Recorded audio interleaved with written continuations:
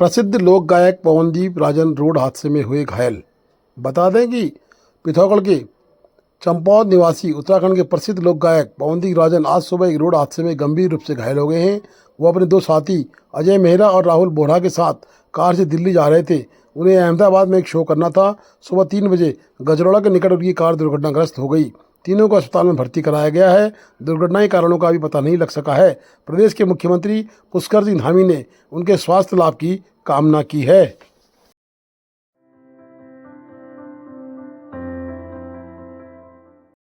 आदि कैलाश मार्ग पर हाल में अत्यधिक वर्षा आने के कारण पांगला थाने के पास मलबा जमा हो गया था और सड़क खराब हो गई थी।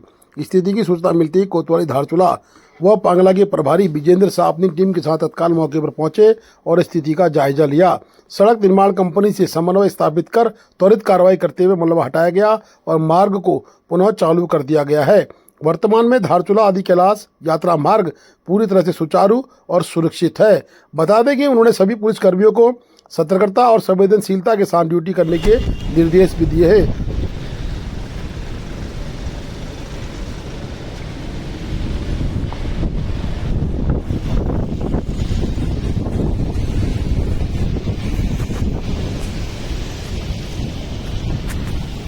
एक मिनट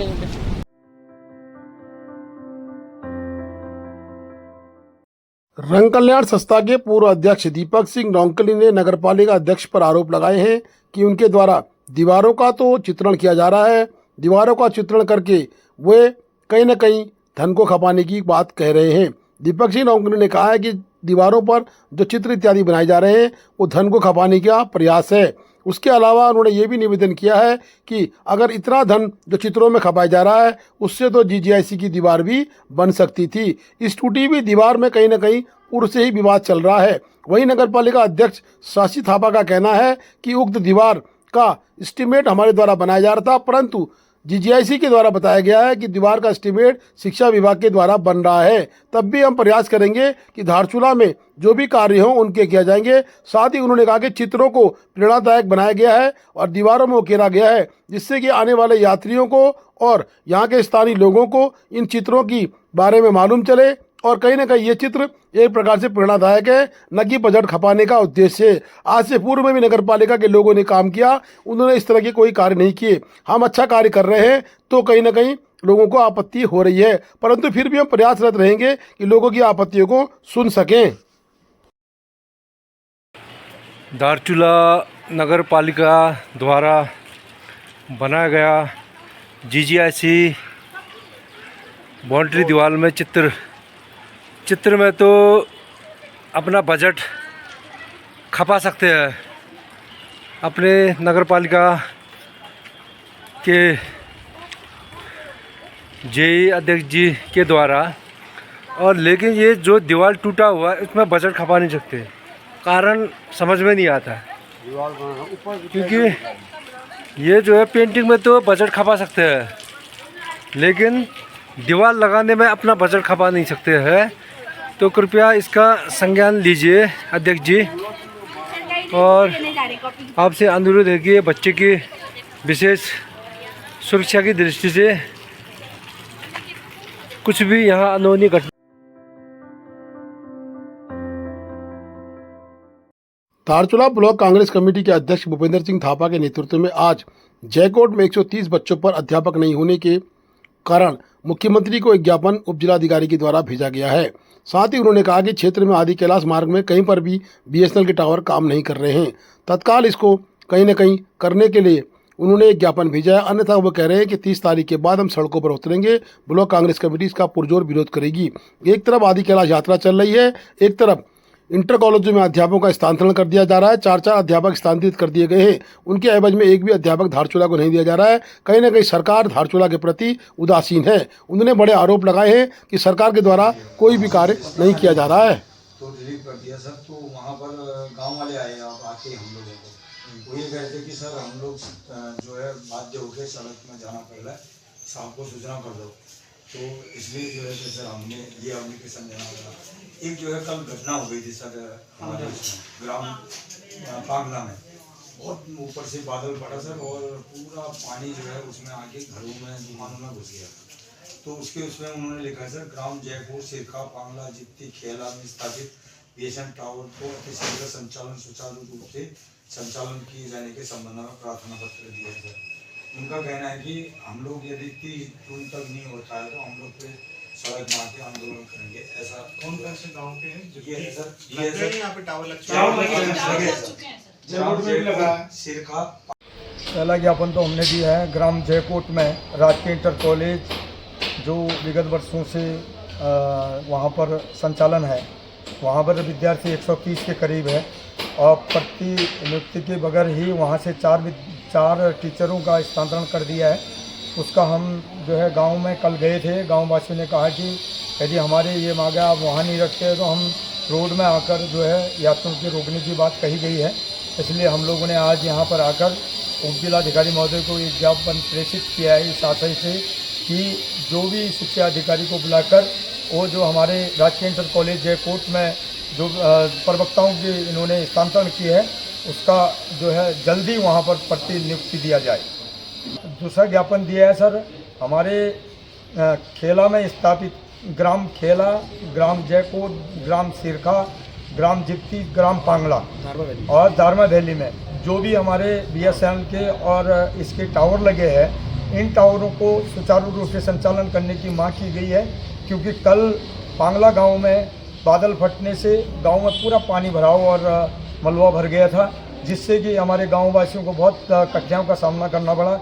इसलिए हम लोगों ने एक मांग रखी है कि 30 जून तक यदि उन टावरों को संचालन नहीं करता है बीएसएन तो हम लोग पूरे गाँव वासियों को रोड में लेकर 30 जून को यात्री रोकने का काम करेंगे। हमने जिलाधिकारी जी को एक ज्ञापन और श्रीमान उप जिलाधिकारी महोदय के माध्यम से प्रेषित किया है। आशा है कि हमारी मांगें जल्दी पूर्ण करेंगे। धन्यवाद।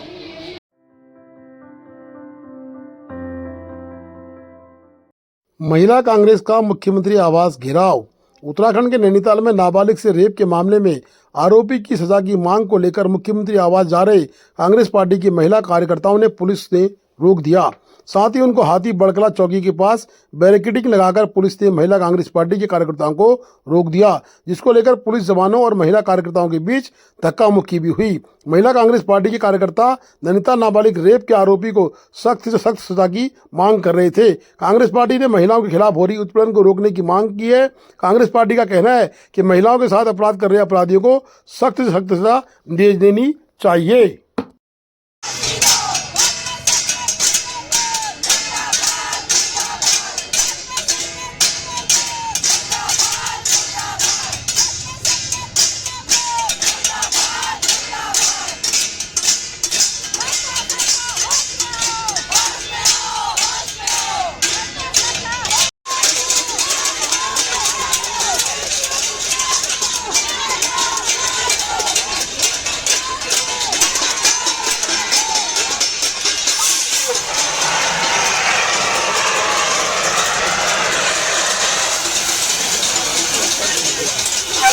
क्या मांग है?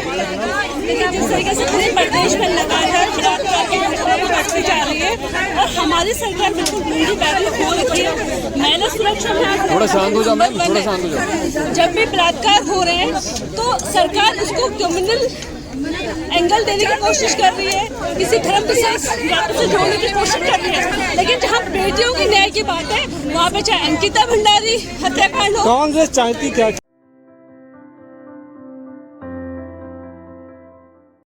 एशियन स्कूल पिथौरागढ़ की कक्षा 10 की छात्रा खुशी ने 17 अप्रैल के जॉर्डन में अंतर्राष्ट्रीय बॉक्सिंग प्रतियोगिता में क्वार्टर फाइनल सेमीफाइनल में वियतनाम और यूक्रेन के प्रतिनिधि बॉक्सर को हराकर फाइनल मैच में मंगोलिया के मुक्केबाज को भी हरा दिया। भारत के लिए गोल्ड जीता। पिथौरागढ़ एशियन स्कूल पहुंचने पर विद्यालय परिसर में खुशी का गर्मजोशी के साथ स्वागत किया गया। जॉर्डन में Khushichand Mani ASBC boxing champion girl आज एशियन स्कूल पहुंची। एशियन स्कूल में चेयरमैन हिमालयन पीठाधीश्वर श्री 1008 स्वामी डॉक्टर वीरेंद्र महाराज महामंडेश्वर पंचदश नाम जुना अखाड़ा ने छात्रा के उज्जवल भविष्य की कामना की है।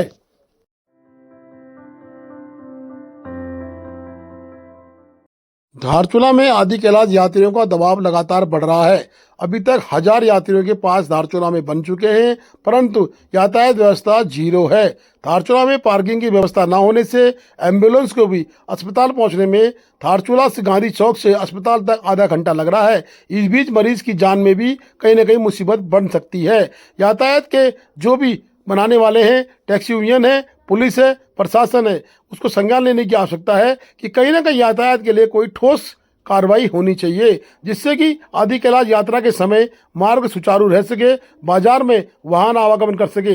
देखिए एम्बुलेंस को कितनी परेशानी के साथ अपने गंतव्य की तरफ जाना पड़ा। एम्बुलेंस में मरीज था, बमुश्किल यातायात को खोलकर एम्बुलेंस पीछे आगे करने के बाद मरीज को गंतव्य तक पहुंचाया गया। अगर मरीज की जान में आ बनेगी तो इसकी जिम्मेदारी किसकी रहेगी? क्या टैक्सी यूनियन, क्या पुलिस, क्या प्रशासन इसके जिम्मेदार रहेंगे? क्योंकि मरीज तो मरे मरे में चला जाएगा। बमुश्किल मरीज को अस्पताल पहुंचाया गया। ऐसी स्थिति धारचूला में रोजाना देखने को मिल रही है। कहीं ना कहीं टैक्सी यूनियन इस तरह से वाहनों को लगा रही है, जिससे कि पुलिस को और प्रशासन को बड़ी दिक्कत का सामना करना पड़ रहा है। स्थानीय जो पैदल चलने वाले लोग हैं वो भी अपनी जान हथेली में रखकर आगे बढ़ रहे हैं।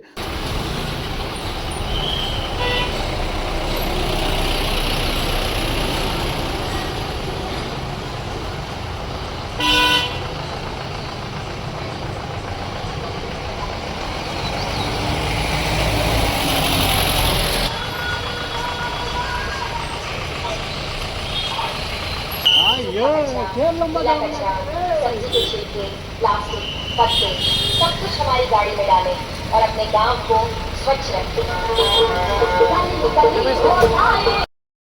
जिलाधिकारी के द्वारा बताया गया था कि आदि कैलाश यात्रा मार्ग में शौचालयों की पर्याप्त व्यवस्था रहेगी, परंतु स्थानीय सभासद, पूर्व सभासद नगरपालिका धारचूला ने यात्रा करने के बाद बताया कि शौचालयों की व्यवस्था बदतर है और पानी की व्यवस्था नहीं होने से शौचालय साफ सुथरे भी नहीं है और ना नए शौचालय अभी तक बन पाए हैं।